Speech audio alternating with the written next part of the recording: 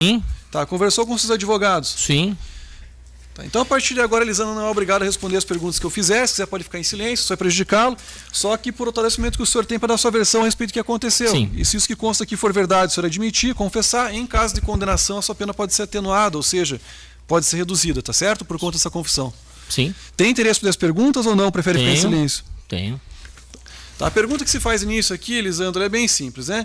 Diz o Ministério Público, uma narrativa um pouco longa, eu vou resumir, que no dia 21 de janeiro de 2019, por volta das 11h04 da manhã, em via pública, na Avenida Desembargador Hugo Simas, próximo do 407, bairro Bom Retiro, aqui em Curitiba, o senhor Elisandro Zampieri dos Santos, juntamente com Igor, Cristiano da Silva e Alexandre Dutra de Lima, teriam tentado matar a vítima José Juliano Costa, bem como também matado a vítima Matheus Rayan Ferreira Costa, e fizeram isso, segundo consta aqui na denúncia, mediante disparos de arma de fogo.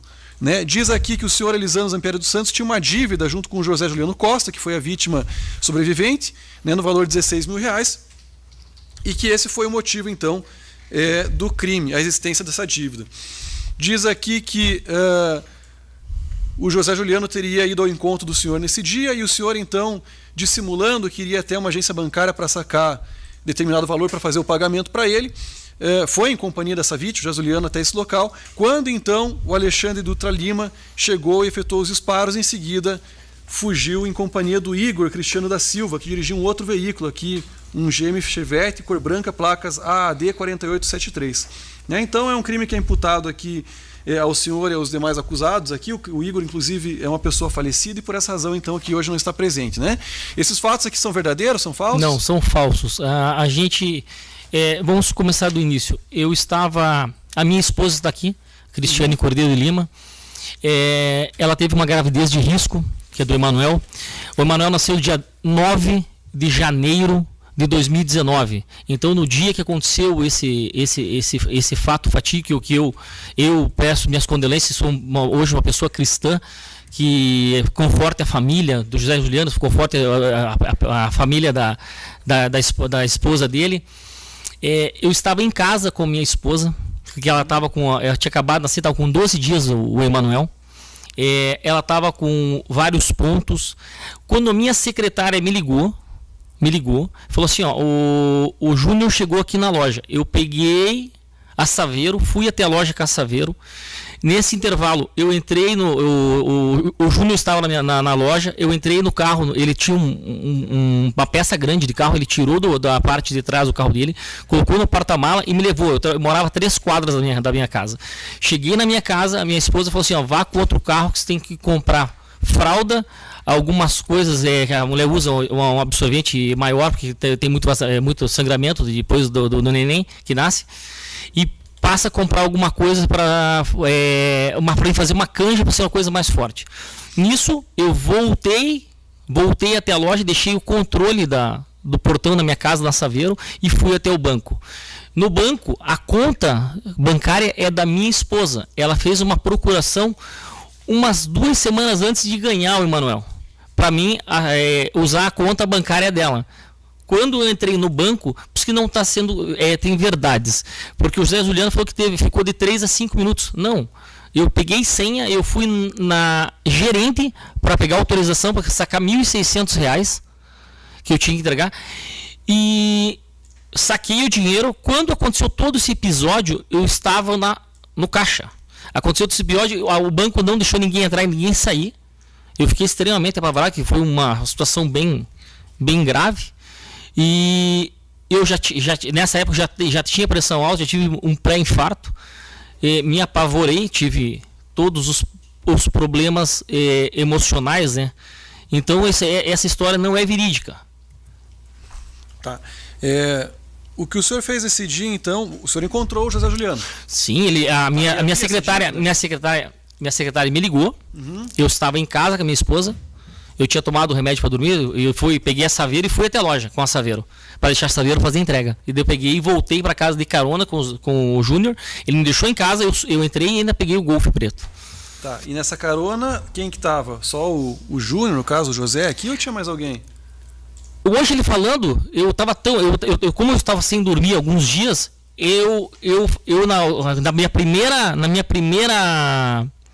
Na minha primeira declaração, eu não lembrava, eu estava tão apavorado, eu não lembrava que tinha um filho dele.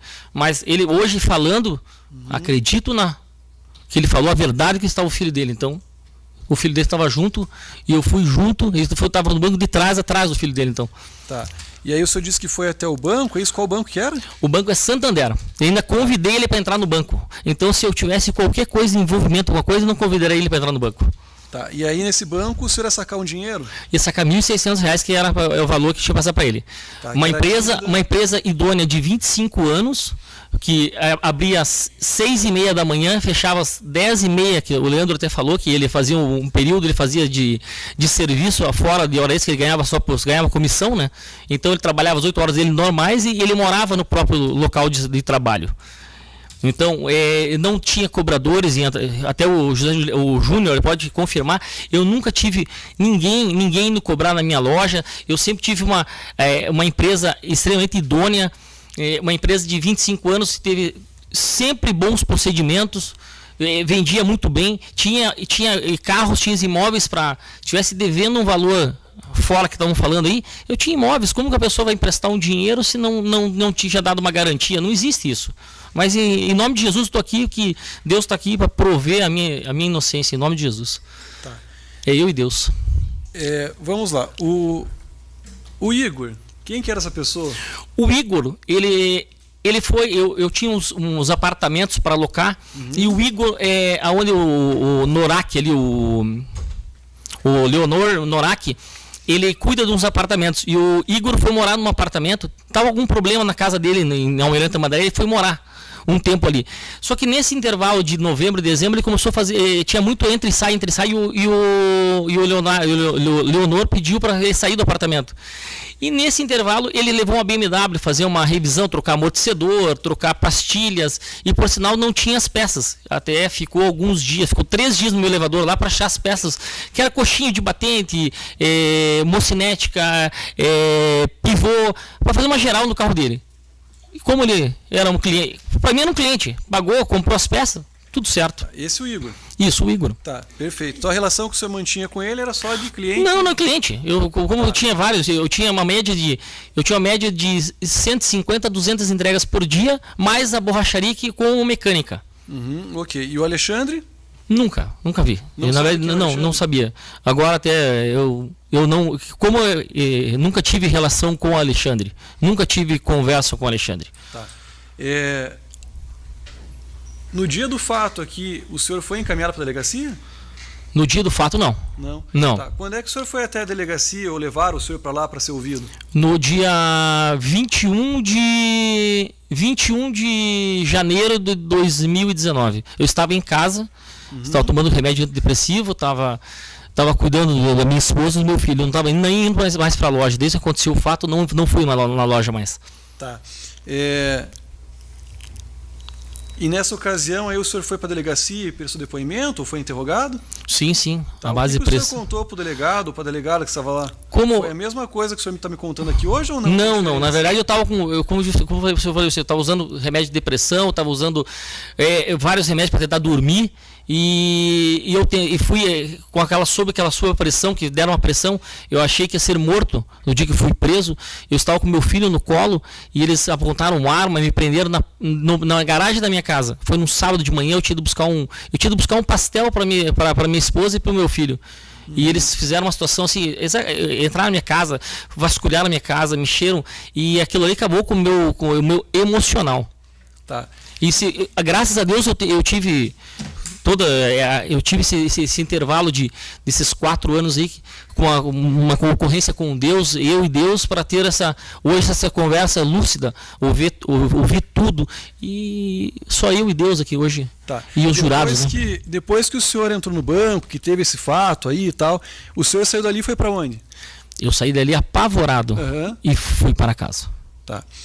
E aí para o senhor aquilo significou o quê? Ou melhor, o que estava acontecendo ali? Não, na verdade eu achei que como já tinha acontecido aquilo ali foi não sei quantos tiros, eu achei que ia me matar, e por sinal tive depois de que aconteceu esse fato, eu tive ameaças na minha casa, eu tive que fazer empréstimo no banco, até o Anderson, que era o sócio do Júnior, da época do posto, que essa linha de investigação foi só o quê? Uma denúncia anônima e uma carta. O Anderson e o Júnior venderam um posto, e nessa situação eles fizeram pegar um dinheiro, um valor que está ali, que foi depositado na Caixa Econômica Federal, está ali o depósito que foi tirado, foi feito foi extratos bancários meus, que falaram que tinha que pagar velório, que eu tinha que pagar os juros do valor de 16 mil reais, e acabaram me cobrando, era 26 mil ao total que me pegaram, para não ficar devendo nada para ninguém. E ali eu tive que ainda fazer o quê? Eu saí da minha casa, eu fui preso, a hora que eu saí da minha casa preso, eu nunca mais voltei para essa casa. Eu tive que mudar já de mais de 15 endereços, porque eu fui morar em Matinhos, na praia de Matinhos, aí do lado de Caiobá, e foram 3 pessoas tentaram tirar a minha vida. Eu tive que fazer boletim de ocorrência em Matinhos. E a minha sorte é que a síndica, eles foram perguntar para a síndica quem que era o tal do Alessandro, quem era o rapaz da Kombi, e graças a Deus ela falou para mim, e eu não amanheci, eu anoiteci, eu carreguei tudo que eu pude carregar na Kombi e fui para Santa Catarina com meus filhos e com a minha esposa. Por isso hoje estou aqui vivo, sendo uma pessoa justa de Deus. Tá. Elisandro, o senhor foi ouvido 2 dias depois na delegacia, e o senhor está me dizendo que ameaçaram o senhor, que pediram dinheiro. Isso aconteceu quando? Foi antes ou foi depois do seu interrogatório na delegacia? Não, antes. Foi antes? A ocorrência aconteceu no dia 21 de janeiro. Entendi. E eu fui preso dia 2 de fevereiro. Só que esses 9, 10 dias eu tive uma vida de casa sendo... deram tiros para cima, tentaram arrombar para entrar, e eu tive que... Tá. E por que isso aconteceu? O senhor não tinha e não tem, como o senhor afirma aqui, vínculo algum com esse fato aí, com esses disparos? Porque eles estavam achando... a minha opinião, era alguém que estava com o Igor. Ou o Igor estava fazendo isso para...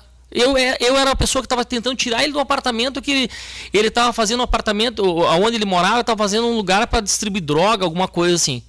E o Igor e o José Juliano, eles já tiveram tido uma discussão umas 3 semanas ou 4 semanas antes desse episódio que aconteceu, que o Júnior andou falando algumas coisas assim muito graves, que ia fazer mal para a esposa do Igor, que ia fazer mal para ele. E até por sinal, essa BMW, o Júnior ficou uma semana com ele na casa dele, essa BMW, que eles tinham uma relação de dívida um com o outro. Não comigo. Eu sou pessoa, o José Juliano hoje, que era chamado de Júnior, ele tinha uma relação bem próxima com o Igor. E até a gente queria colocar testemunha o Elton que me apresentou o Júnior. E ele tinha essa história certinha do que estava acontecendo nessa situação. Elisandro, veja, eu fiz algumas perguntas para o senhor. Sim. E em boa medida aqui o senhor respondeu respostas que a rigor não diz respeito ao que foi indagado. Sim. Então eu vou fazer pergunta um pouco mais direta, né, e mais concreta. Eu preciso saber aqui agora nesse momento, é só sim ou não. Antes desse fato aqui, o senhor esteve com o Igor? Ele foi na minha loja. Sim ou não? Sim, Tá, sim. Não no dia. No dia eu não parei. Não, no dia não. Tá. No dia eu não estava porque eu estava em casa. Certo, tá. Então o senhor não teve contato com o Igor nesse dia. Tá. O senhor teve contato com o Alexandre nesse dia? Também não teve? Não. Tá. O único contato que o senhor teve foi com a própria vítima, que é o Júnior Juliano. Sim, porque foi minha secretária que ligou. Ok, o senhor já contou, foi até o banco, ele foi vitimado ali, enfim, foi alvejado por disparos de arma de fogo, o filho dele, o menino também, o senhor foi para casa e depois começou a receber essas ameaças, enfim, pessoas que foram atrás. Que o senhor disse que não sabe o porquê, mas imagina que seja por conta de uma relação que o Igor mantinha com a própria vítima, o Júnior. Sim. Tá.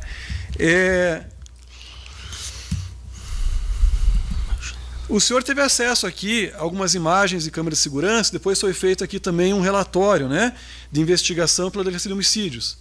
Sim. O senhor chegou a ver essas imagens? Sim, eu pedi para meu irmão, que é o dono do pet shop em Sinal Verde, fornecer as imagens do pet shop para a polícia. Tá, nunca pedi, não deixei ele falar, não, pode pegar todas as filmagens, separa, passa tudo que os policiais e a delegada pediu, que era escrivã, não era escrivã, é delegada e era um casal. Não lembro o nome do casal. Tá. E nessas imagens do pet shop do seu irmão aparece o que exatamente? Aparece que eu cheguei na empresa, que eu cheguei, estacionei a Saveiro em cima da calçada, do outro lado da rua da minha loja, atravessei, deixei a chave de Saveiro, entrei no Vectra, fui para casa. Da minha casa eu volto, deixo o meu controle da minha casa e saio com o Golf pro Banco Santander. Tá. E aí tem outras imagens de outras câmeras também. Sim, mas eu não tá eu no local que eu estava, do jeito que eu saí, eu só vi imagens posteriores. Eu não estava no local, eu estava indo em direção ao banco. Por sinal, foi quebrado o sigilo meu de telefone. Não tinha nenhuma ligação para ninguém. A única ligação teve no meu telefone, que foi da minha secretária, para me chamar para ir até a loja, para deixar Saveiro. Tá. Entende. O senhor disse, quando foi ouvido na delegacia de polícia, que na primeira vez que não conhecia o Igor. Não. O Igor eu conhecia, não conhecia o Alexandre. Tá. O Igor, eu falei ainda para a delegada que ele era meu cliente. Eu tenho as filmagens do carro dele ficar pendurado no meu elevador para trocar. Porque quando você vai desmontar lá amortecedor, mola, você tem que levantar o carro para tirar as rodas. Tá, entendi. Então ele morava num apartamento que era meu. E a gente estava 2 a 3 semanas tentando tirar ele de lá por causa do quê? Entrada e saída de muita gente no apartamento. Então, tipo assim, era apartamento familiar. Tá, eu entendi, mas de novo, Elisandro, a gente tem que ir um pouco mais calma, né? Eu faço uma pergunta e você responde outra coisa. O senhor foi interrogado num dia e depois teve um outro interrogatório. Foram 2 interrogatórios, né? Sim. Tá. Esse segundo interrogatório, o senhor foi ouvido novamente porque disse que queria retificar algumas informações. Na verdade, o senhor já foi na delegacia de homicídios, onde eles colocam a pessoa para ficar embaixo de uma escada, e daí você fica debaixo de uma escada, só sai para ir no banheiro às 6 da manhã e depois 10 horas da noite. E daí ela toda hora perguntando: você já está preso? Não, tudo isso aí, hoje eu sou uma pessoa que estou em Deus, estou ciente, estou falando hoje.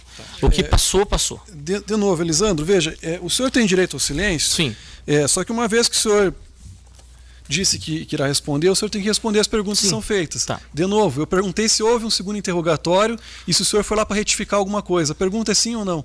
Não onde o senhor ficou, por que ficou. Não, se então, eu fui interrogado. Eu fui interrogado, sim. Tá. E daí, nesse segundo interrogatório, o senhor foi para retificar alguma coisa que o senhor tinha dito para o delegado de polícia? Eu não, na verdade, como eu falei para o senhor, eu não estava tomando remédio mais, eu estava bem desorientado. Se eu falei alguma coisa, estou retificando hoje, em nome de Jesus. De novo, Elisandro, o que o senhor foi retificar nesse segundo interrogatório? Não lembro. O senhor não sabe Não dizer? lembro que eu não estava à base de remédio. Tá, o senhor já disse que depois o Igor passou a procurar o senhor, é isso? Na verdade, o Igor começou a ir na loja. E foi na loja e tentando saber no que eu estava, que aconteceu algumas coisas, e eu não depois de tudo o acontecimento, não voltei na loja, não tive mais contato com ninguém. Tá. Durante quanto tempo aí que ficou essas ameaças permaneceram aí? Na verdade, o ocorrido foi dia 20 e 21 de janeiro e eu fui preso, eu fui recolhido dia 2 de fevereiro. Na verdade, todos esses dias teve meu celular, meu celular ficavam ameaçando minha família, meus filhos. A loja, até por exemplo, depois que eu fui preso, minha loja, que tinha uma estrutura de 25 anos, fechou. Fechou, e não foi pandemia. Fechou por ameaças, fechou por as pessoas ir lá filmando, não sei se era do pessoal conhecido do Igor ou se era do seu Júnior. Tá, entendi. Mas aí essas ameaças aí tiveram algum tipo de influência em relação ao que o senhor disse no interrogatório em delegacia? Não, eu estava à base de remédio. Eu estava tomando remédio para dormir e depressão em casa. E quando eu cheguei na delegacia que começou a fazer eu estava sem remédio, sem nada, embaixo de um lugar escuro, embaixo de uma escada. Tá, mas vamos lá. De novo, o senhor não se recorda em absoluto do que o senhor disse nesses dois interrogatórios? Não. Tá, mas se recorda que teve um interrogatório e depois outro? Sim, sim. Tá, perfeito. Aí depois o senhor foi interrogado em audiência, certo? Audiência não. Não teve? Não.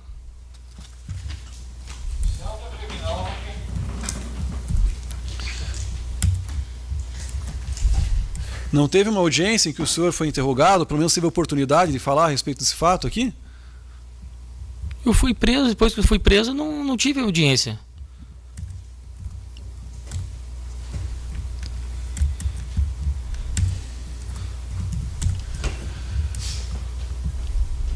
Coloca ali, por favor, Álvaro, movimento 701.1. É o interrogatório, né? Acho que tem separado. Quem que é essa pessoa aqui, Elisandro?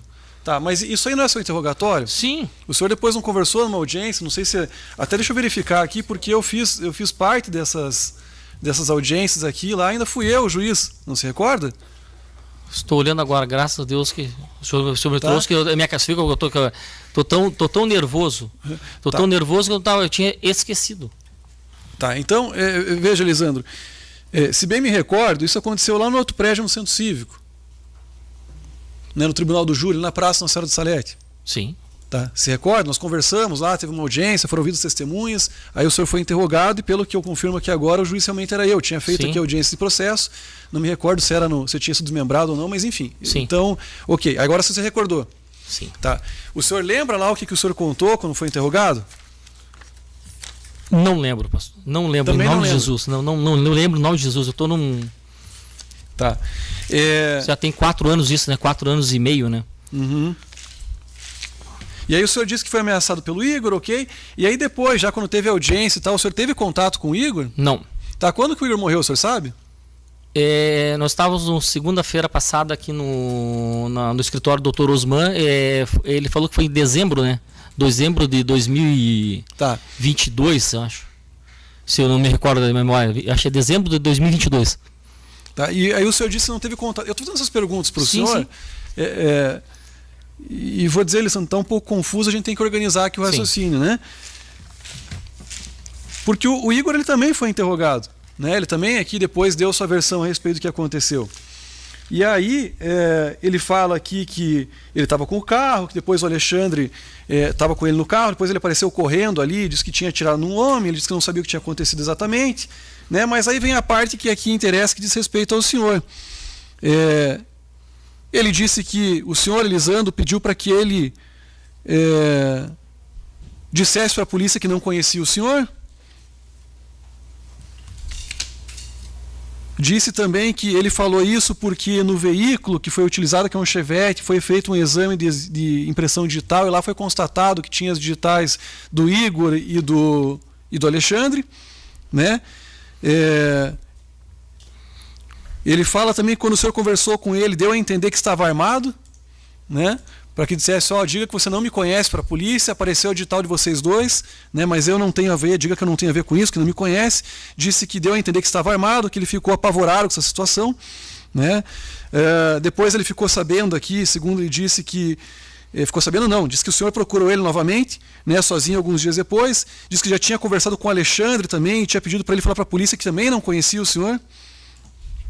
E aí prossegue aqui dizendo que o senhor também disse que era para ele dizer, ele, Igor, que ele que tinha efetuado os disparos.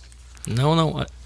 Quer dizer, essa conversa com o Igor... Essa conversa é contraditória dele. Uhum. Se ele era meu cliente da minha borracharia, deixou uma BMW fazer uma revisão lá, já tinha deixado outros carros para arrumar pneu, o meu funcionário fazia entrega de gás e água para ele e para a mãe dele. Ele já tinha locado um apartamento para ele já não estava morando em Almirante Tamandaré, estava morando no Boa Vista. Então, como eu não tinha... Ele tinha uma relação de... Ele pagava aluguel e tinha uma relação de serviço. Eu era um prestador de serviço, mas não tinha uma amizade dele, o que ele fazia da vida dele, o que ele deixava de fazer. Nunca, em nome de Jesus, nunca ameacei ninguém. Tá. Eu sou um homem que tive célula por 8 anos na minha casa. Ok. O senhor contratou advogado quando a polícia foi atrás do senhor, depois desse episódio aqui? Eu estava preso. Quem contratou foi a minha família, né? Tá. Quem que era o advogado? O que eu me lembro era o César Augusto. Depois eu conheci o Dr. Nelson, né? Conheci o Dr. Nelson onde eu estava retido. E daí o Dr. Nelson falou com o Dr. Osman de Oliveira. E daí automaticamente veio a filha dele, que era a Dona Valéria. Tá. O senhor em algum momento teve algum outro advogado, fora esse que o senhor citou? Não. Que eu estava preso, né? Que eu lembre só o César. É porque o Igor também disse aqui que um dia depois da sua prisão, um funcionário do senhor teria visto a mãe dele trabalhando, né, e disse a ela que o advogado estava à procura de Igor, que no caso aqui seria o interrogado, né, tendo ela então passado o número dele. E aí o advogado telefonou para ele, Igor. Ele prossegue aqui dizendo que o advogado queria colher a assinatura em procuração, aí ele disse que não confessaria, e aí o advogado disse que seria uma boa se ele confessasse, né, porque também não tinha advogado, então ele teria o advogado para defender, e fez isso a mando do senhor. Né, foi mais ou menos o que contou aqui o José Juliano quando foi ouvido, que é a vítima, que disse também que entrou um advogado em contato com ele, que queria conversar, queria verificar o que aconteceu e tal, e que ele se recusou dizendo que meu filho já está morto, então eu não quero mais conversa, né? Da onde que surgiu essa história com o advogado em nome do senhor foi atrás do Igor e foi atrás também da vítima? Eu estava preso e ninguém nunca chegou nada a mim, porque do dia 2 de fevereiro ao dia 14 de fevereiro eu fiquei na delegacia de homicídios ali no centro, que daí o aniversário da minha esposa, dia 13 de fevereiro. Dia 14 eu saí da delegacia de homicídios, mas sem contato com ninguém. Só com ninguém. Alguma coisa aconteceu ali de chegar advogado, falou assim, você vai ter que prestar o depoimento, que daí eu fui transferido para a delegacia de furtos e veículos, que daí eu conheci o Dr. Nelson e estamos hoje aqui em nome de Jesus para ser absolvido. Essa versão que foi contada então pela vítima e também pelo Igor, então não corresponde à verdade. Não corresponde à verdade, eu estava preso. Tá, mas o fato do senhor estar preso não impede que o senhor tenha contato. Não, mas eu nunca pediria. Em nome de Jesus, eu não pediria nunca para um advogado e falar uma situação dessa. Tá, Elisandro, eu sei que o senhor fica nervoso esse interrogatório, mas eu posso entender aqui, tem que falar um de cada vez. Sim. Então eu faço a pergunta, e aí se o senhor entender que é caso de responder, o senhor responde a pergunta que eu fiz. Sim. Ok? Sim. Tá? Então, vamos lá, para retomar aqui o que a gente estava dizendo. Então, o Igor disse que um advogado entrou em contato com ele, em nome do senhor. José Juliano, que é vítima sobrevivente, foi ouvido aqui no dia de hoje, contou, né, uma história semelhante. E temos mais uma informação aqui que foi dada pelo Igor, que diz que uns dias depois desse episódio envolvendo aqui o contato por meio do advogado, o Alexandre, que é o outro acusado, disse que entrou em contato com a irmã do Igor, falando para ela que o Igor, né, que também era acusado, enfim, falecido hoje, deveria fazer o que o Elisandro estava mandando, senão teria que ter, abre aspas, uma conversa com ele. Né? E daí então disse o Igor, quando foi interrogado, que por conta disso ele foi até Santa Catarina, ficou com medo.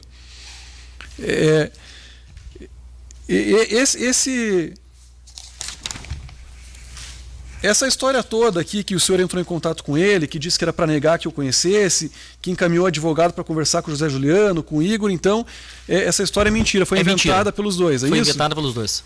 Porque eles estavam na cena. Eles estavam com o Chevette, eles estavam na situação. Eu estava dentro do banco. Mas como eu fui acusado de ser um mandante, se eu estava junto, estava na cena. E como eu saí da loja, dentro do carro do José Juliano, eles deram quantos tiros do lado do passageiro? Era para ter me matado. Era para eu hoje não estar aqui, era para eu estar morto. Tá. Em nome de Jesus, Deus tem um propósito comigo. Ok. Nesse dia em que a polícia foi até a sua casa, né? O senhor usava que tipo de roupa? Eu estava com uma bermuda, uma camiseta, tá? E estava com colete balístico. Com colete balístico? Sim. Tá. E o colete balístico era por quê? Medo que me matasse, que tinha acontecido com o Júnior, podia ter acontecido comigo. Tá. E o senhor tirou de onde esse colete? Eu ganhei há muitos anos que é aqueles coletes de paintball. Há muitos anos ganhei de um policial que era aposentado. Tá. E aí o senhor disse que foi preso só em que data? Em fevereiro? Eu fui preso dia 2 de fevereiro de 2019. Tá. Quem é que prendeu o senhor? Quem que foi o policial? Você recorda? Foi um casal. Só que eles chegaram numa situação assim que eles derrubaram o portão da minha casa. Eu com meu filho no colo, na hora que eu estacionei. E em nome de Jesus não atiraram, que eu vi ali a morte. Tá. Um desses policiais era o Alberto Sérgio Ribeiro de Sá? Não recordo o nome. Investigador de polícia? Que foi ouvido como testemunha aqui também? Tá. Independente se foi ele ou não, o senhor conversou nessa ocasião com esses policiais, com esse casal? Na verdade, eu não consigo conversar porque eles me algemaram e colocaram no canto de rosto para a parede e eles foram entrar na minha casa. Minha esposa, com um filho de 12 dias, eles entraram na minha casa, vasculharam minha casa, para achar uma camiseta vermelha para achar uma camiseta vermelha e uma bermuda, que eu estava no local. Porque eu estava no dia da ocorrência, aconteceu no negócio do banco. Em nome de Jesus. Se eu tenho aqui. Eu não lembro. Tá, quem que é Angelita da Silva? Não conheço. Aqui, a informação que eu tenho é que ela é mãe do Igor. Mãe do Igor. O senhor sabe dizer quem que é essa pessoa? Não. Conhece ela, já viu? Não, posso ter visto de vista, mas conhecer pessoalmente não. Tá. É porque ela foi ouvida em audiência também, e ela disse o seguinte, ela afirmou que tinha uma ligação do primeiro advogado Elisandro, que disse que se o Igor assumisse que tinha sido o mandante do crime, ele só ficaria preso por 10 anos, e caso não assumisse, ficaria preso por 30. Daí ela disse para o advogado que o Igor não assumiria nada, pois não tinha participação, enfim, negou aqui. Disse também que o advogado ia acompanhar ela para retirar os móveis de Igor, que estavam na parte do Elisandro. A testemunha aqui, a Angelita da Silva, que é mãe do Igor, também ela falta com a verdade quando diz que um advogado com a verdade. O senhor foi atrás dela também. Não.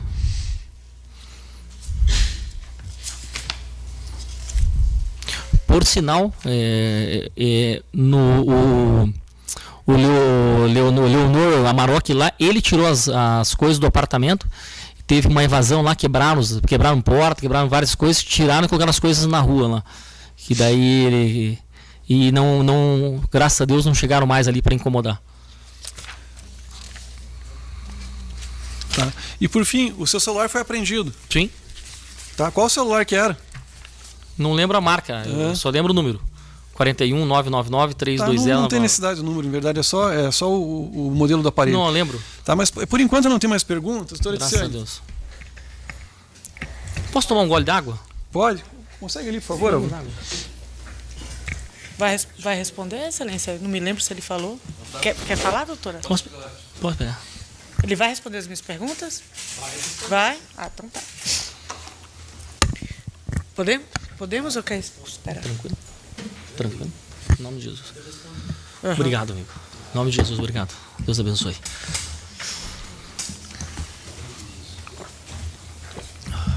Ok? Ok. Posso perguntar, excelência? Posso começar? Bem, bom dia. Bom dia. Seu Elisandro. Seu Elisandro, a gente aqui ouviu essa tua testemunha, né? O Leandro, que foi trazido aqui hoje, né? Que foi teu ex-funcionário, trabalhou 8 anos com o senhor, disse que trabalhava aquele período todo. E eu teria perguntado se ele teria visto o Igor no dia do fato. Ele disse que viu. Lembra? Sim. Isso. E o senhor, já que estava sempre diuturnamente no trabalho, o senhor não viu? No começo da conversa, eu falei agora pro Meritíssimo que eu estava em casa. A minha esposa teve uma gravidez de risco, está aqui a Cris, Cristiane Cordeiro de Lima. Eu estava em casa, meu filho estava com 12 dias. Ele nasceu dia 9 de janeiro de 2019, o Emanuel. Ela estava com vários pontos, eu estava tomando o remédio, porque eu acompanhei o final da gestação dela, acompanhei um parto de 2 dias que ela levou, ficou 2 dias para ter um parto normal, teve um problema, e eu estava em casa dormindo à base de remédio. Quando a minha funcionária me ligou, eu peguei a Saveiro, vim para a loja, eu não estava na loja, estava a minha funcionária. Eu vim para a loja, deixei a Saveiro, entrei no carro do seu Júnior, voltei para casa. Então o senhor foi na tua loja, né? Não, mas eu fiquei 3 a 5 minutos na loja. Eu não vi ninguém na loja, que eu só deixei a Saveiro. Entrei no carro que o Júnior já estava na loja, eu entrei no carro dele na parte de trás e fui para minha casa. Peguei o Golf, a minha esposa ainda pediu para comprar algumas coisas. Eu peguei o Golf, voltei na loja, só deixei o controle, só que nem desci do carro, só deixei o controle e fui para o banco. Chegando no banco, ainda convidei o seu Júnior para entrar no banco comigo. Certo. Então uma pessoa que eu fui acusado de ser mandante, não estaria junto numa situação dessa e não estaria convidado para ir no banco. Geralmente não tá, é por isso que é mandante, porque ele manda, entendeu? Mas eu estava no mesmo local, eu era para dentro do carro. Não, o senhor estava dentro da agência bancária, a gente tem imagens aqui. Que eu falei para você, eu Olha tinha a só. procuração da minha esposa. E o senhor, por volta daquela manhã, que disse que ficou 3 minutos dentro do teu estabelecimento... Na minha dia loja? Do crime, Não, só deixei a chave e saí. Porque o Júnior já estava esperando eu. Eu não estava na loja. O Júnior estava me esperando, E o senhor foi eu lá? estava em casa. A minha funcionária Sim. ligou, eu vim, estacionei a Saveiro do outro lado da rua, atravessei a rua, deixei a chave da Saveiro, entrei no carro do José Juliano e fui para casa. Entendi. Conversei com a minha esposa, O coloquei... senhor sempre falou isso nos interrogatórios? De que Estou estaria lúcido hoje. medicado, de que estaria o tempo Sim, todo em casa. até que na passou lá delegacia, eu falei para ela que eu estava passando mal, ela falou assim, os medicamentos não estão aí. Entendi. Tá certo. Depois a gente explora isso aqui. E o Alexandre?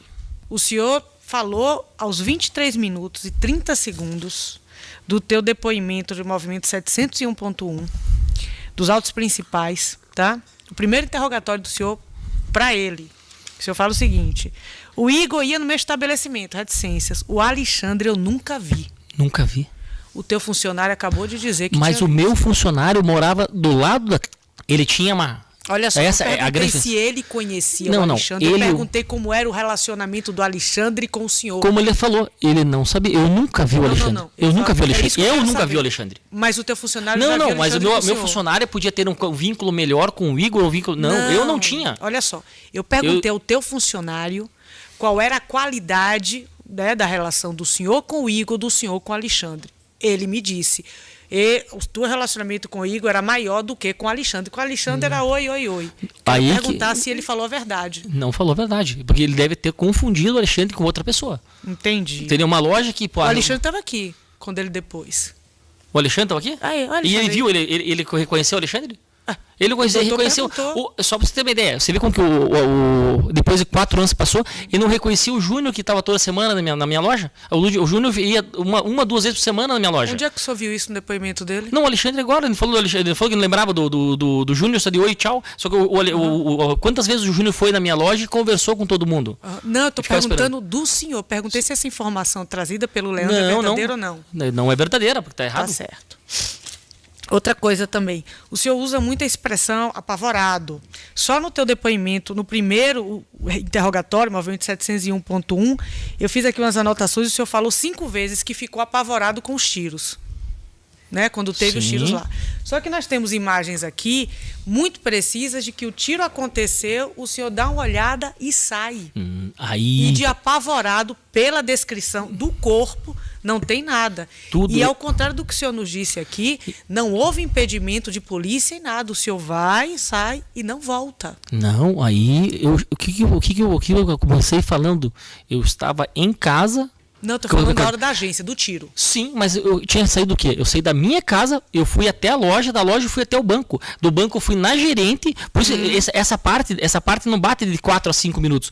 Passou mais de 20, porque eu tô tive que ir na perguntando- gerente. A pergunta é mais objetiva. Sim. O senhor foi para uma agência para fazer um pagamento para uma pessoa. Sim. Esta pessoa toma tiro. Todo mundo no banco fica com reboliço, sai. Nós temos Sim. imagens. O senhor vê aquilo, sai do banco. Eu fiquei Tava apavorado. apavorado dentro do Não, seu- eu tava quase infartando. Eu montei no meu carro, achei que ainda podia acontecer mais tiros. Vai que se acertaram ele, podia me acertar também. Vai que o pessoal estava atrás de uma árvore, atrás de algum lugar, dentro de algum outro carro, me esperando me atirar. Você vê que eu saí dali e fui O senhor chegou voando. a comentar com alguém, meu Deus, Minha é uma esposa. pessoa que eu estava aqui conversando, o senhor fala isso com alguém, toma Falei, um susto. não, tomei um susto e falei, meu Deus do céu, tava ambulância, falei, meu Deus, cara, o que tá acontecendo aqui? Falei, tomou tiro. Entrei no carro e saí. E por que o senhor disse aqui há pouco que a polícia não deixou ninguém entrar e sair da agência bancária? Não. O policial dentro da agência, a hora que começou os tiros, tava tudo fechado. Ele não deixou, ele travou com aquele controle, a agência. As imagens falam outra coisa. Sem mais, excelência, obrigada. E pela defesa? Só uma coisa, Elisandro. O Alexandre você não conhecia? Não. Não? Tá bom, sem perguntas. Ok.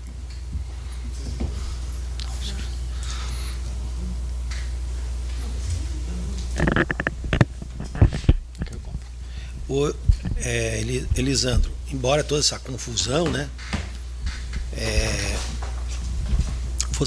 Você tem patrimônio para... Você tinha patrimônio para honrar os empréstimos que você fez do Júnior? Sim. A própria borracharia está no meu nome. Os apartamentos, carros, e a nossa relação sempre foi boa. Nunca tive nenhum cobrador que eu não pudesse pagar todos os cobradores. Nunca. Patrimônio, imóveis, apartamento no centro. Eu tenho um apartamento edifício de diamante, é Tilibório. Sempre tive imóveis. Se eu precisasse de garantia, teria. Não tem. Nunca deixei de pagar ninguém. Essa acusação, o que se diz dessa acusação? É uma, o que ela parte dessa acusação contra você? Essa acusação aí, a minha opinião, que eles entraram por uma linha de investigação errada. Essa investigação aí tem alguma coisa a ver com o oposto, não comigo. Foi uma ligação anônima e uma carta, né? Eu sou uma pessoa, eu sou comerciante correto, nunca tive cobradores, nunca tive inadimplência com ninguém.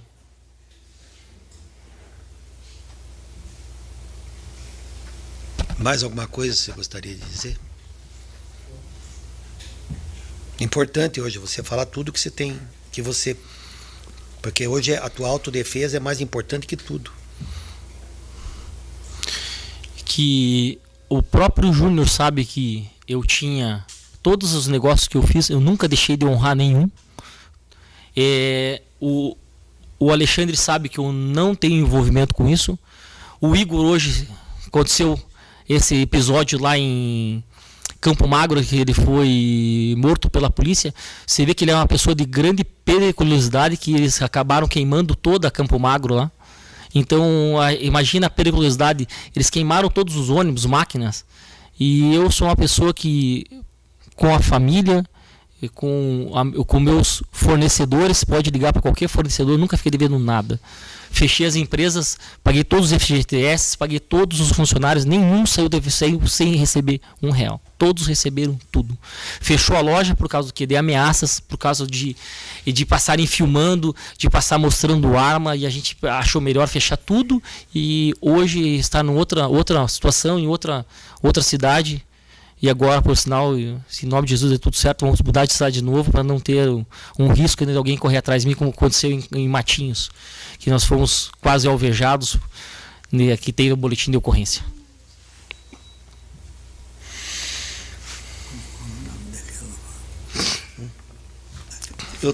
Devolvo a palavra para a presidência. O senhor quer falar alguma coisa, doutor Osmar? Não. Hã? Eu queria que ele respondesse, esclarecesse um detalhe.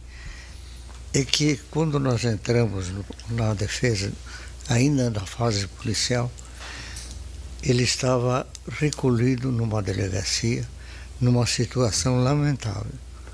E nessa oportunidade ele prestou um depoimento sob coação, porque usava-se muito, e ainda se usa, mas naquela época demais.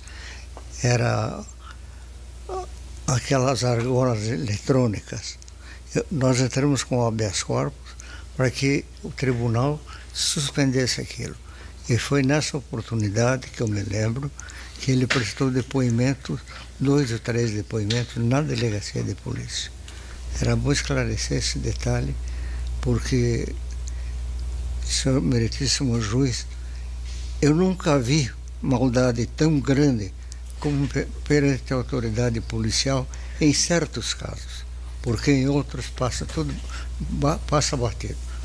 Eu peço desculpa pela afirmação, mas é que a gente, como advogado, vê coisas do arco da velha.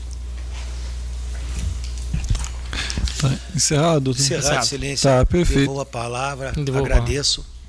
Pelo conselho de sentença, alguma pergunta? Só providenciar ali, por favor. Com licença.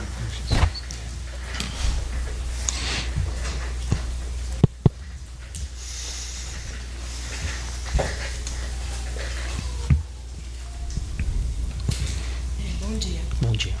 O senhor disse que o senhor não lembra de ter uma criança dentro do carro? Como eu disse no começo, eu fazia. A minha esposa estava com o Emanuel, tinha nascido no dia 9 de janeiro. E eu estava tomando remédio para dormir, porque acontecia que a gente teve um processo muito, muito doloroso para ela ter o neném, para ela teve uma, quando nasceu foi parto normal, teve uma rasgadura, teve que fazer pontos. Então teve algumas quando me acordaram, que foi a minha secretária ligou, que eu peguei a Saveiro, eu acordei no susto e saí para a loja. Então eu estava à base de remédio, que é o remédio que eu falo para dormir, que é Rivotril. Você já ouviu falar que você toma aquelas gotinhas lá e você apaga, né? E quando eu acordei no susto, fui até a loja. Foi o tempo de eu encostar saveiro na loja, deixar a chave e entrar no banco. Só que a única coisa que eu lembro que era um fato que era muito grande, que era uma peça. Quando nós fornecemos as imagens, era uma peça muito grande que ele tirou do banco de trás do carro e colocou no porta-mala. Mas como eu estava tão... Sabe quando você acorda no susto? Eu entrei ali, da minha loja até a minha casa, 3 quadras. É muito perto. E eu cheguei em casa, desci, já abriu com o controle do portão, entrei em casa, tirei a bateria de uma Kombi, coloquei no Golf e voltei para a loja, deixei o controle e fui para o banco. Então, coisas muito rápidas. E a gente está no quê? A gente está querendo agilizar, e eu sou uma pessoa extremamente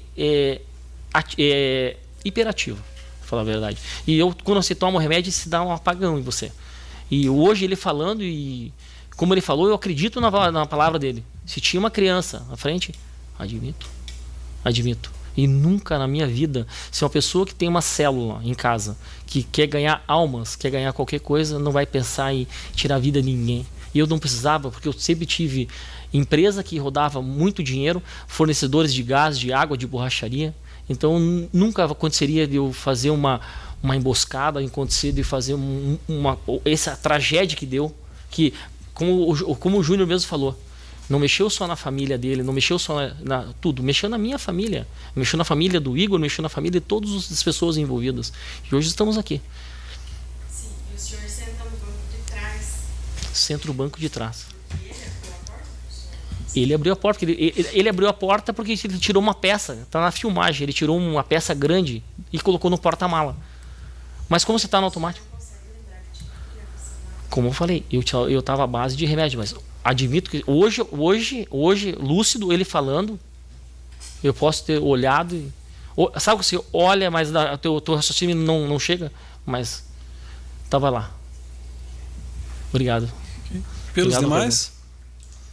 Não? Então pode finalizar ali, por favor. Jurados, 12h20, agora a gente suspende aqui pelo tempo necessário para o almoço e a gente retoma em seguida já com os debates aí, tá bom? Voltamos? Jurados, retoma a sessão de julgamento aqui agora pela última vez. Eu convido todos para que fiquem em pé, para que se faça a leitura da sentença. Antes, porém, de aqui prosseguir, eu vou abrir a palavra aos defensores do Elisandro Zampieri dos Santos, também ao defensor do Alessandro Dutra Lima, para que façam, enfim, as colocações ou os requerimentos que entenderem devidos. Então, iniciamos ali. Doutor Nelson, o senhor tem a palavra, fique à vontade. Só verifica se o microfone está ligado, por gentileza. Sim. A defesa entende que a modificação da ordem da aquisitação com relação aos acusados pela defesa do Elisandro e pela defesa da Defensoria Pública confundiu os jurados, porque quem se manifestou primeiro na defesa foi a dota Defensoria Pública, deveria ser feita a primeira aquisitação com relação ao réu Alexandre. Então essa inversão confundiu os jurados. Tanto é verdade que na aquisitação com relação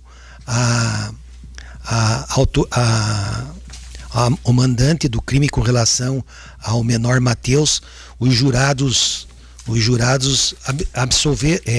entenderam que o réu não foi o mandante do crime e o senhor absolvendo o réu Elisandro, e o senhor mandou voltar a aquisitação e depois teve a condenação sem fazer uma consideração, uma justificativa, que confundindo mais a aquisitação sobre esse tema. E acho que é isso que eu gostaria que fosse consignado. Perfeito. Doutor Vitor, o senhor tem alguma colocação, algum requerimento a ser feito? Tem, excelência. A Defensoria Pública também, de igual maneira, se entende que foi prejudicado o julgamento na medida em que as defesas do Alexandre, a defesa do Alexandre feita pela Defensoria Pública foi a primeira a explanar, e a defesa do Elisandro pelo doutor Scarpini foi a segunda. Durante os debates, a Defensoria Pública fez o requerimento, inclusive, para que fosse quisitado os fatos em relação ao réu Alexandre, até para os jurados entenderem que foi essa ordem de explanação, e durante o julgamento e durante a sessão secreta, né, foi feita a votação. No segundo quesito, em relação ao Elisandro, foi declarado a absolvição dele no segundo quesito, e Vossa Excelência fez o rejulgamento pelos jurados. Contudo, não foi feita uma explicação em relação à contradição, até para os jurados se sentirem à vontade de entenderem o que foi feito de errado, qual era o problema, e eles poderem ter a própria liberdade de falar assim, peraí, vou manter minha decisão ou vou mudar minha decisão. Então essa falta de informação aos jurados, que é um juiz leigo, prejudica muito a defesa. A partir do momento também que há uma contradição, uma inversão de quesitos aqui, de réus, são vários quesitos, e entendo também que não houve uma contradição ali a ponto de anular e refazer a votação. Até porque o contexto das vítimas são completamente diferentes, e isso foi trazido pela defesa. Desse modo, a Defensoria Pública entende pela nulidade da sessão de julgamento, tendo em vista que desrespeitou a soberania dos vereditos dos senhores jurados, e também por conta que o juízo, ao fazer a votação, não explicou a contradição de maneira adequada e nem permitiu que as partes pudessem manifestar sobre o assunto, de maneira que há um prejuízo, inclusive com a condenação do Alexandre e do Corréu. É isso, Excelência. Perfeito. Para o Ministério Público, interesse em manifestação? Sim, Excelência. Bem, inicialmente, o que aconteceu aqui na hora da leitura dos quesitos não foi objeto de nenhum tipo de resignação aqui dos doutores, né? Quando o doutor juiz anunciou, na hora da quisitação, que estava anunciando a quisitação relativamente a Elisandro, ninguém se manifestou com a suposta ordem. Então, verificar isso agora beira até uma deslealdade. Segundo lugar, quando há a requisitação, essa é uma norma permitida no artigo 490. E no caso concreto, fez muito bem Vossa Excelência. Tanto que eu não posso ficar fazendo muita digressão sobre o que acontece numa sala secreta, e não poderia ser feito da forma como foi feito aqui. O que aconteceu foi Vossa Excelência advertir aos jurados que havia homogeneidade de conduta. E sendo certo que, havendo homogeneidade de conduta conforme está na denúncia e na pronúncia, a verificação da antinomia foi como é que morreu para um e não morreu para outro. E Vossa Excelência o fez. Repetindo o voto, não poderia ser diferente, porque Vossa Excelência havia inclusive advertido que poderia não fazer, eu estou falando, tá? Poderia superar a quisitação, tendo em vista que não havia qualquer tipo de objeção, tendo em vista a homogeneidade da conduta. Razão pela qual Vossa Excelência procedeu de acordo com o artigo 490, porque houve sim uma contradição em termos. Uma pessoa não pode estar morta para um e não estar morta para outra. Vossa Excelência agiu de acordo, explicou a antinomia, refez o quesito, e sim, a racionalidade, conforme o prestigia a mens lege do artigo 490, foi restabelecida. Quem está morto para duas pessoas. Sem mais, Excelência. Não foi isso o objeto do requerimento. A senhora não foi isso? Não foi, doutor. Não, Tá. não tem nada falando em negativo. Doutor Nelson, eu vou pedir gentileza para o senhor. Eu dei a palavra defesa, foi feito o requerimento, a promotora de justiça fez a exposição do que entendeu devido, e agora a gente precisa de uma decisão para finalizar o julgamento. O que foi colocado aqui pelos defensores dos acusados, Elisandro e também Alexandre, pode ser dividido aqui em dois pontos. Primeiro, em relação à ordem de quisitação. A reclamação que foi feita foi no sentido de que se iniciou a quisitação primeiro pelo acusado Elisandro Zampieri dos Santos, e depois, no segundo momento, de maneira apartada, quanto ao acusado Alexandre Dutra Lima. E aí o argumento levantado foi o de que, por ocasião dos debates, quem falou primeiro foi a Defensoria Pública em favor do Alexandre, e depois, no segundo momento, então, os defensores, ou o defensor aqui do Elisandro, né? O que, segundo também os defensores, seria causado confusão e levou, então, o jurado, presumivelmente, a decidir de maneira contrária ao que eles pretendem. Pois bem, a denúncia aqui trata de quem seria o mandante, vamos chamar assim, que é o Elisandro, é a primeira pessoa mencionada aqui na denúncia, foi a pessoa que foi interrogada, e na sequência, quem decide a rigor, quem fala primeiro ou depois, não é o juiz, é o próprio defensor. Então, tem isso aqui, está registrado em vídeo. Eu questionei ainda quem é que ia começar. O Dr. Vitor já se posicionou, ali na bancada.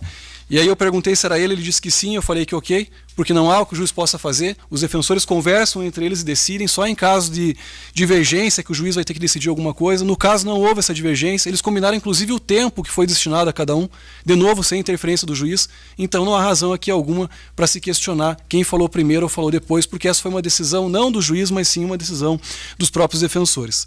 Não bastasse, os quesitos foram muito antes de finalizar aqui os debates, foram encaminhadas cópias prévias aqui para a promotora de justiça e para os defensores. Todos leram, por mais de uma vez, foi questionado aqui se havia alguma objeção, se havia alguma impugnação em relação aos quesitos, e de novo ninguém questionou.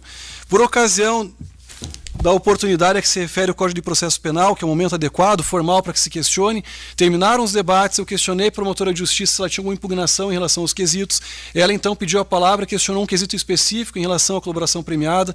Foi questionado depois defensor um a um, tanto do Elisandro quanto também do Alexandre, e ninguém de novo questionou. Né? Então, por uma questão de preclusão, aqui não há o que ser revisto, né, o que ser anulado ou algo que o valha. Ademais, né,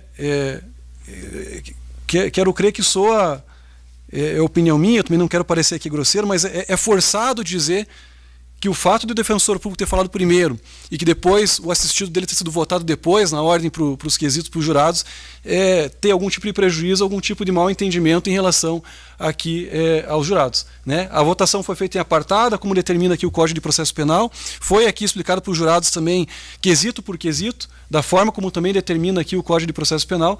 Então, a lei foi sim observada, e se ela não foi observada, foi por força, então, da própria vontade dos defensores, que agora não podem questionar a maneira como tudo foi feito.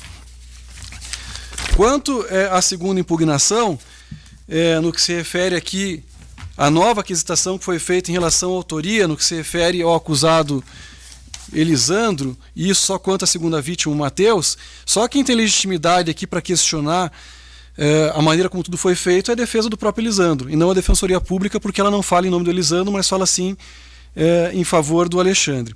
Abstraindo essa questão, o fato é que o Código de Processo Penal é bem expresso, artigo 490, parágrafo não, o caput do 490, ele fala o seguinte: se a resposta a qualquer dos quesitos estiver em contradição com outra ou outras que já foram dadas, o presidente, o juiz, explicando aos jurados em que consiste a contradição, submeterá novamente à votação os quesitos a que se referirem tais respostas. E foi o que aconteceu. A primeira série, que dizia respeito à autoria do Elisandro, os jurados reconheceram que sim, foi ele o autor.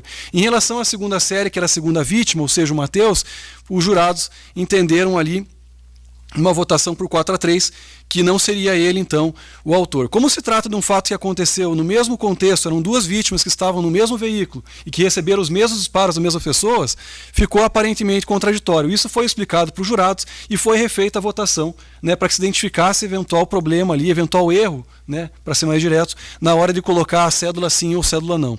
Em relação à possibilidade ou não de as partes se manifestarem a esse respeito, não havia espaço para que isso acontecesse, porque o espaço adequado para isso é a ocasião dos debates. Então a promotora de justiça falou 2h30, depois os defensores falaram 2h30, teve réplica, a promotora falou mais de meia hora, né, ou próximo de meia hora, os defensores falaram aproximadamente mais uma hora, ou seja, estamos aqui desde as 8h30 da manhã tratando do mesmo assunto. E se tinha alguém que tinha que falar naquela ocasião dos quesitos, em absoluto, não era a promotora de justiça e tampouco os defensores. A propósito, o próprio código, de novo, aqui, porque a gente observa a lei, né, o juiz dá cumprimento à lei, diz o seguinte, 485, parágrafo 2º. O juiz presidente advertirá as partes de que não será permitida qualquer intervenção que possa perturbar a livre manifestação do conselho de sentença. E, inclusive, tem aqui a anotação, e fará retirar da sala quem se portar de maneira inconveniente. Né? Então, quer dizer, não há espaço para que as partes se manifestem. Né? Apesar disso tudo, o fato é que o Dr. Karpinski ainda pediu a palavra, interveio e fez as ponderações que ele entendeu adequada. A votação foi feita depois que o esclarecimento do juiz foi feito, depois das intervenções do Dr. Nelson Karpinski, que aliás foram insistentes, a ponto de eu pegar e pedir para o Dr. Nelson que, se fosse o caso, então se retirasse. E aí ele disse que não, então que permaneceria, e assim foi feito. Né? Então, sobre esse aspecto aqui não tem realmente problema algum a reconhecer, vício algum a reconhecer, de forma que tudo foi feito de acordo com o que diz o Código de Processo Penal, com o que diz a lei que regulamenta o procedimento. Eu vou deixar tudo consignado em ata, da maneira como aqui foi feito, né? Foi aqui explanado, está gravado também. E aí, não havendo mais nada a tratar, eu passo então, agora sim a leitura da sentença. Eu só preciso aqui abrir o meu arquivo, porque... E só confirmar aqui a operação que foi feita para que eu não faça a leitura da sentença de maneira equivocada quanto ao cálculo da pena. Então, Elisandro Zampieri dos Santos e também Alexandre Dutra Lima. Realizamos aqui no dia de hoje o julgamento acerca das imputações que recaíam sobre os senhores. Ouvimos aqui testemunhas, uma das vítimas sobreviventes. O senhor Elisandro Zampieri dos Santos foi interrogado, deu sua versão a respeito do que aconteceu. O acusado Alexandre Dutra Lima entendeu por bem permanecer em silêncio, o que é perfeitamente possível. Em sequência, a promotora de justiça fez a exposição do que devia aos jurados e da mesma maneira também fizeram os defensores quanto àquilo que bem entenderam adequado e necessário para que fosse levado ao conhecimento dos jurados. Ao final de tudo isso, o Conselho de Sentença chegou a uma conclusão, e essa conclusão está presente na sentença que agora faço leitura. Leitura essa maneira resumida, é um pouco extensa, mas depois o senhor Elisandro Zampieri dos Santos e também Alexandre Dutra Lima, e quem mais quiser ter acesso, poderá fazer então a leitura na íntegra. Passo direto ao item 2, fundamentação. Ao responder a série de quesitos, os jurados chegaram à seguinte conclusão. Em relação ao acusado Elisandro Zampieri dos Santos, primeira série, vítima José Juliano Costa. A linha A, reconhecer a existência do fato. A linha B, atribuir a autoria ao réu. A linha C, reconhecer o crime doloso contra a vida. A linha D, não absolver um acusado. A linha E, reconhecer a qualificadora motivação torpe. A linha F, reconhecer a qualificadora de emprego do meio do qual resultou perigo comum. E a linha G, reconhecer a qualificadora de crime cometido mediante dissimulação. Em relação à segunda série, vítima Matheus Rayan Ferreira Costa, reconhecer a existência do fato, atribuir a autoria ao réu, não absolver um acusado, reconhecer a qualificadora de motivação torpe, reconhecer a qualificadora de emprego do meio do qual resultou perigo comum e, por fim, reconheceram também a qualificadora de crime cometido mediante dissimulação. Quanto ao acusado Alexandre Dutra Lima, primeira série, vítima José Juliano Costa. A linha A, reconhecer a existência do fato. A linha B, atribuir a autoria ao réu. A linha C, reconhecer a figura do crime doloso contra a vida. A linha D, não absolver um acusado. A linha E, não reconhecer a figura privilegiada. A linha F, não reconhecer a existência da colaboração premiada. A linha G, reconhecer a qualificadora de emprego do qual resultou perigo comum. E, por fim, a linha H, reconheceram também a qualificadora de crime cometido mediante dissimulação. Segunda série, vítima Matheus Rayan Ferreira Costa.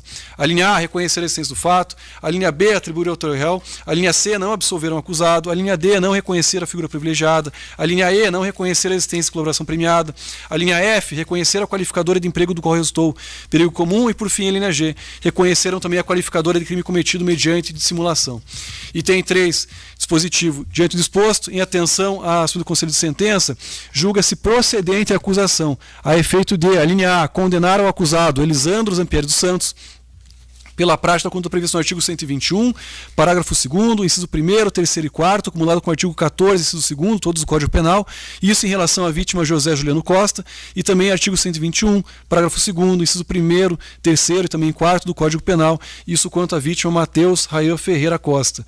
A linha B, condenar ao acusado Alexandre Dutra Lima pela prática quando previsto no artigo 121, parágrafo 2º, inciso 3º e 4º, acumulado com o artigo 14, inciso 2º, todos do Código Penal, isso em relação à vítima José Juliano Costa, e também pela infração penal prevista no artigo 121, parágrafo 2º, inciso 3º e 4º do Código Penal, isso quanto à vítima Matheus Rayan Ferreira Costa.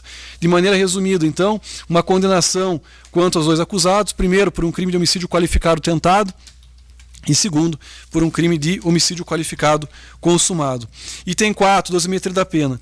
Em relação ao acusado Elisandro Zampieri dos Santos, eu dispenso a leitura integral de seus fundamentos, passando direto à pena total, ou seja, o somatório das penas aplicadas quanto às vítimas José Juliano Santos e também Matheus Rayan Ferreira Costa. Perdão, José Juliano Costa, né? Então, a pena total, o somatório delas, resultou uma pena de 46 anos, 10 meses e 15 dias de reclusão, em regime inicial fechado. Já no que se refere ao segundo acusado, Alexandre Dutra Lima, também o somatório das penas, pena total, quanto às duas vítimas, a vítima José Juliano Costa e também a vítima Matheus Rayan Ferreira Costa.